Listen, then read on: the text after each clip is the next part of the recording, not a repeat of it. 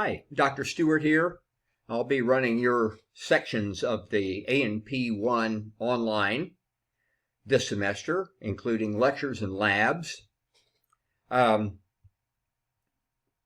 This little video, not a professionally done one, I'm just doing it in my home office, and I'm going to show you basically how to navigate this course and get signed up for things and be successful. You've probably used Canvas before, so you can go to your SCF site, and here's Canvas, there's Canvas. They'll both get you there. If you click on Canvas, your courses will come up for which you are eligible to sign up. If you click into this Canvas site, the 2085C, Anatomy and Physiology, that's the class. These are the labs. Now I've put everything in the class, so you should only have to log on to the class to get everything, including all of the lab materials. So I've clicked on this, and it will eventually come up.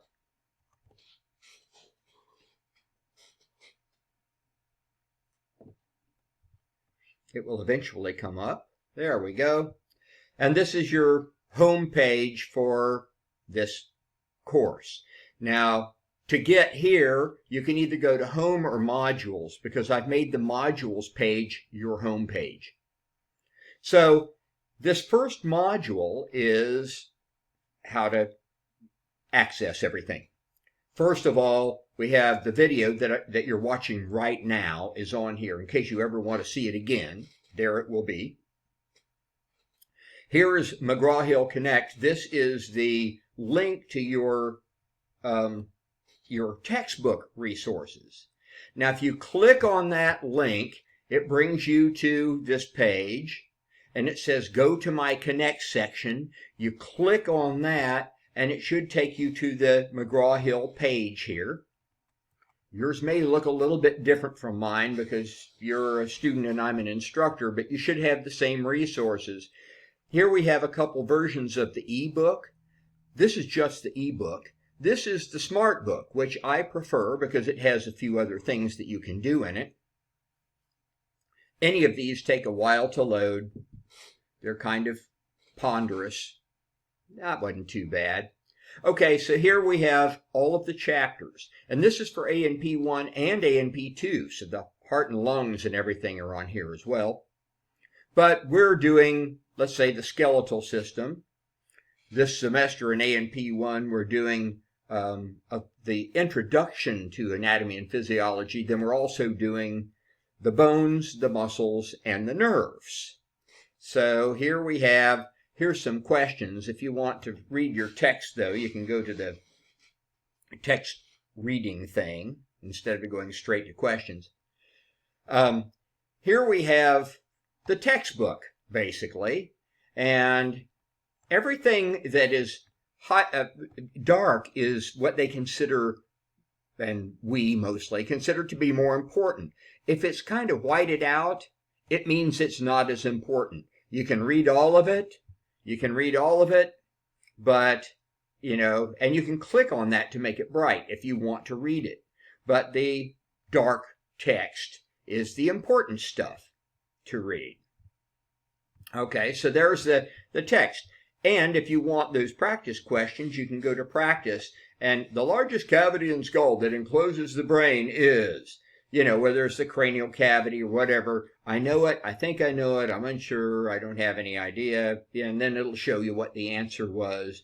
These are not going to be graded. These are things that are really useful for you to do to, help understand stuff. Go back to McGraw-Hill, the McGraw-Hill site. Let's go back to the table of contents here.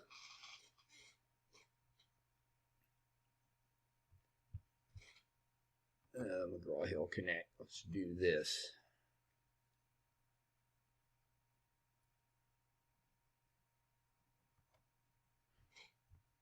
I wanted to show you a couple of the other things that are on here as well. Everybody must be on the computer today. The connection is kind of slow. Oh, here we go. All right, so if you go down here, here you also have a practice atlas, which is good, especially A&P1 is a lot of learning bones and muscles, and you have the atlas, and you can click on the right one and the right one, and it tells you if you're right or not. That's really useful. We also have this cadaver dissection tool, which is, here we're looking at muscles here. So if I want to, select the muscular system and do the dissection, I can go to the thorax. Here it is. And I can go through the thorax, going down by layer. There's down the first layer. There's the second layer. There's the third layer. And so you can see all of the different muscle layers. Your abs, your obliques, your intercostal muscles are all there. The fourth layer will take you down to the very deepest layer. And so that's a good way to learn these muscles. And you can go to there's the deltoids. Click on that. There's your deltoids. What about latissimus dorsi would be on the back. So those come down the side here. Those are your lats. Pectoralis major in the front. So you just click on it and it shows you which one they are. So that's McGraw-Hill Connect. That is a resource that you get if you sign up with the new online book and online connection to McGraw-Hill. You get all this stuff, and it's really nice. Okay, if I go back to my Canvas site here, I move down, and here's Top Hat. Some of you may have used Top Hat before. It's a resource that allows us to put together a lot of exercises and things for your labs. So a lot of our lab work is going to be done in Top Hat. The lectures will be videotaped with PowerPoints and stuff, and the McGraw-Hill things that you can use as you like. The Top Hat things are things that you'll have to use. They're required. You'll use your lab manual, and you'll use the Top Hat resources. These Top Hat resources were created in conjunction with your lab manual. So here, I don't know what your interface will look like. This is mine as a professor. I'm trying to get logged on as a student too, so I can see what you will see. But, okay, so here's the A&P1. And everything takes a while to load. Steeping some tea. I guess that's how you know it's for real.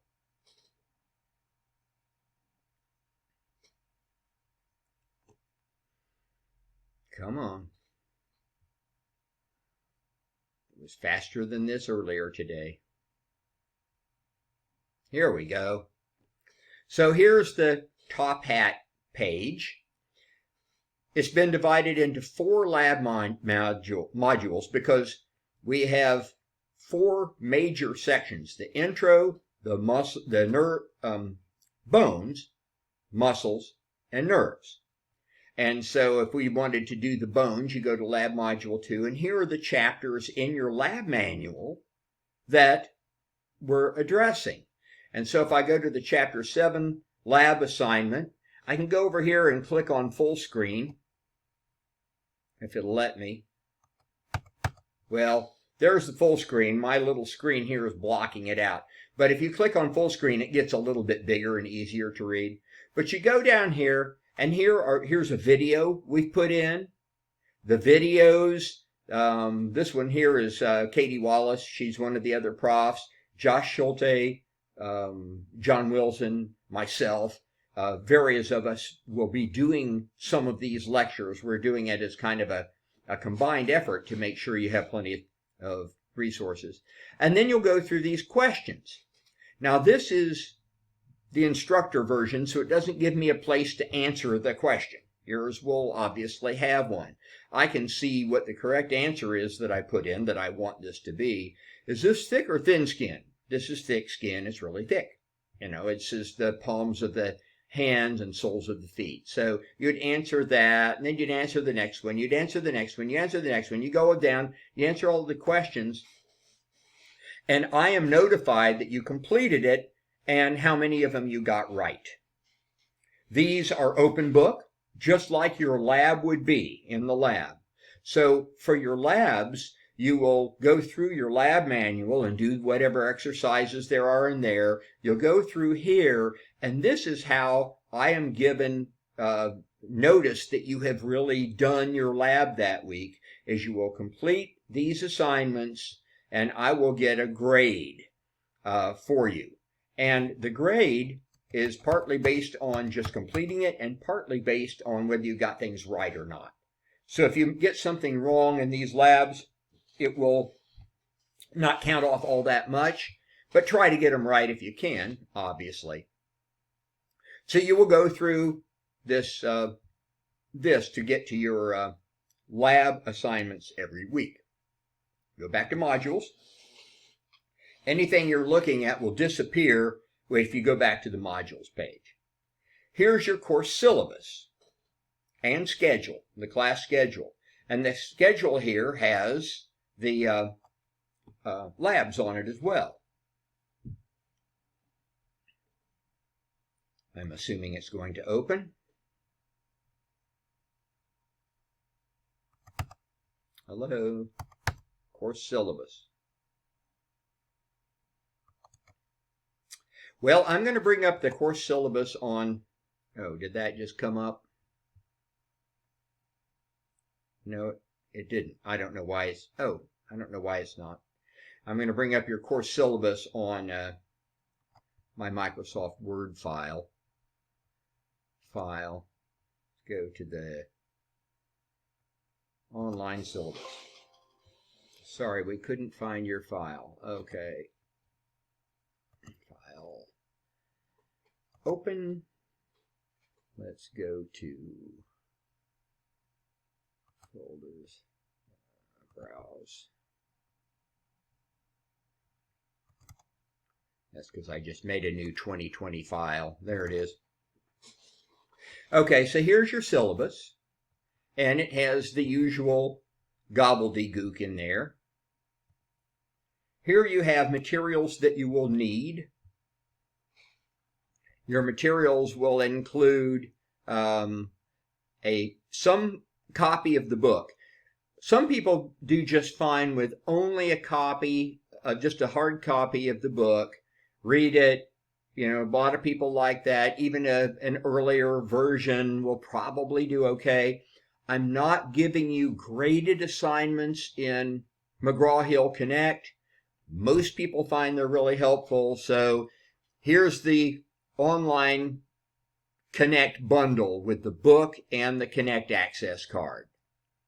Or you can get a copy of the textbook, however you choose to do that. Just remember that if you just buy a textbook, you probably won't get any of the McGraw-Hill Connect resources. You'll also have to get, you'll have access to a computer. Obviously, it's online. You have to have the A&P 1 Lab Manual, 9th edition by Kirsten.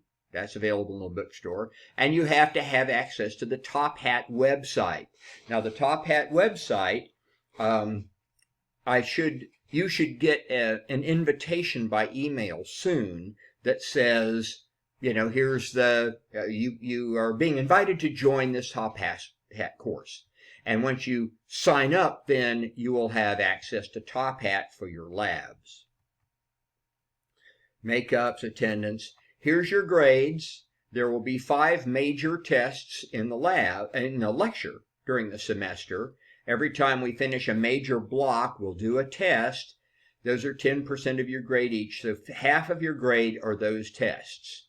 Your 4 lab practicals are worth 5% of your grade each. So 20% of your total grade is your practical lab exams. Those lab exercises, 10% of your grade.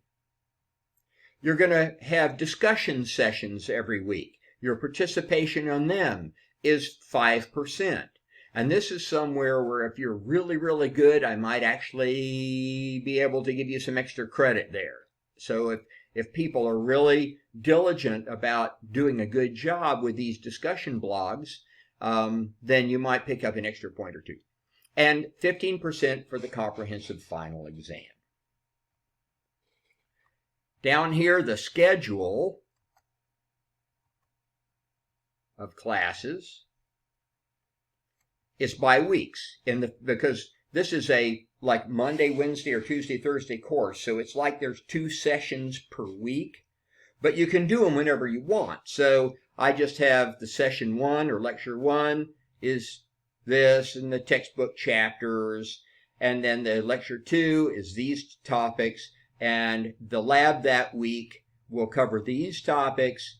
And there's the exercises in Top Hat. And so it goes on like that. Generally speaking, you'll have 2 lectures plus a lab every week. All right, let's get rid of that. And get rid of that, I think. I'm not seeing my face anymore. I guess that's not going to... Oh, look, the syllabus actually finally came up. Da-da-da-da-da-da. Okay, well, that's fine. See, I guess you're just not going to get to see my face anymore. I'm so sad about that. That's okay. You can survive without it. Oops.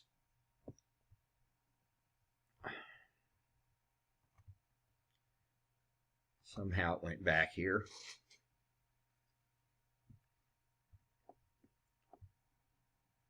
Come on. Let's get back to the Canvas site, please. There we go. Okay, so our Canvas site, every week I'll have a module set up for you. Here we have something that will just tell you what to do that week.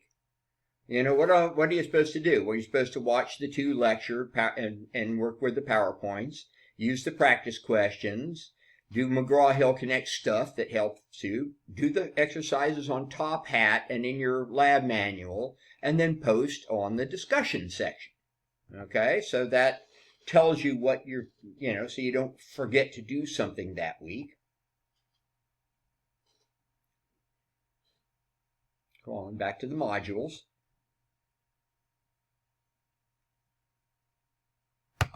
Back to the modules.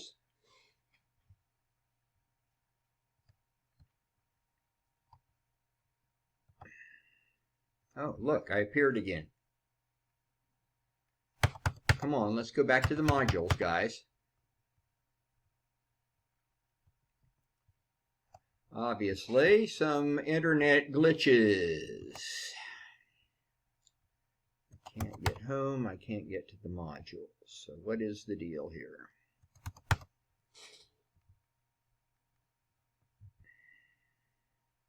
Modules.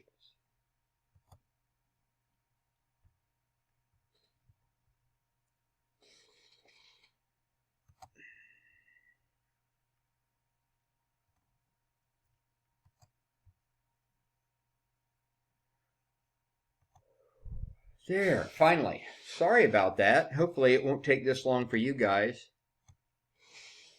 Okay, so here we go again. You have what to do in week 1. You have the intro. Here's your first lecture. It's the intro to A&P, and there's a video. I videotape all of my lectures. So you see the same lecture that you would see in the live class. There's a PowerPoint that goes along with that lecture. And you just click on that, the PowerPoint comes up. And I have a set of practice questions with each lecture. Now, the PowerPoints have highlighted text, highlighted things either in red or blue, usually red. Those are important things for you to pay attention to. Everything's important, but those are really important. And the practice questions. The answers are included. Get so you can discuss these practice questions and explain them to people. Obviously, if I think something is important enough to put a practice question in, is likely to be something I'm going to ask a question on. So highlighted stuff here are topics that really matter. Practice questions are topics that really matter. You have the video, the PowerPoint, the practice questions. Then you have a second session, video, PowerPoint, practice questions. Here's your lab stuff, the lab manual and the top hat exercises, and your discussion session. Then you go to week 2. Guess what? What to do? Here's your video, PowerPoint, and practice questions for the first session. Video, PowerPoint, practice questions for the second session. Here's your lab stuff, lab manual and top hat, and your discussion session. Then you go to week 3. Now in week 3, you're going to have your first test. So you only have one lecture, video, PowerPoint, practice questions, and the other session is going to be a test. Then you have your lab stuff and your discussion. Week 4, we're back to 2 sessions. We have a session, video, PowerPoint, practice, video, PowerPoint, practice. In this case, your lab that week is a practical exam. If you have a practical exam that week in the lab, you won't have another lab. That's the only thing you'll do in lab that week is your practical. And then you have a discussion. And so forth. That's how the entire course is laid out for you. Now these discussion sessions, I wonder if I can actually get one of these to work. My computer seems so slow. If I click on discussion session, I hope I can show you how it works. Normally it pops right up. I don't know. Probably every professor in the world is creating classes right now, and so things are kind of slow. Discussion for week. Here it is. Okay. So discussion for week 1. So here it says use it for week 1. Now the discussions are like this. They're obligatory to some degree. You have to regularly participate to get anything like your 5%. If you are a regular participator, you'll get your 5% for your discussions. Participating doesn't mean to say, what a great chapter. I enjoyed it. That doesn't discuss anything. And you could say that if you never even saw the chapter. So what you want to do is say, ask a question about something, or it appears to me that, the best way to identify this kind of bone is by such and such. Or, I have determined that to call something proximal means this. It's closer to, like my elbow is proximal to my wrist. It's closer to me. It's in proximity. That's what that means to me. Something that shows that you were actually looking at the material and thinking about it. A question, a comment, a life experience. If we're talking about bone healing, you can talk about when you broke your arm. Whatever goes in there, but something that is actually relevant to the discussion that week. And all you have to do to put something in is just click on reply and write something. I am here, and post your reply. Now it's not letting me do it because my little face is in the way here. But all you do is you click on reply, I am here, post your reply. Now I wouldn't get credit for saying I am here. Except actually the first week, I want everybody to post something. Even I am here will do, because that'll tell me that everybody is getting to this page and learning how to use it. So at least go in there and say, this is such and such checking in. I am here. And, you could also make a comment. Now, this is where, if you have really good regular discussion participation, I might give you an extra, several points, that could add on to that one test you bombed. or something like that. That would be worthy of doing. Okay, I think that's it. So if you have questions, put them in the discussion, because that way everybody gets to see them and everybody gets their questions answered. If you have a personal question or problem, email me directly. My email is on the syllabus. It's stewrj, for J. Stewart, stewrj@scf.edu.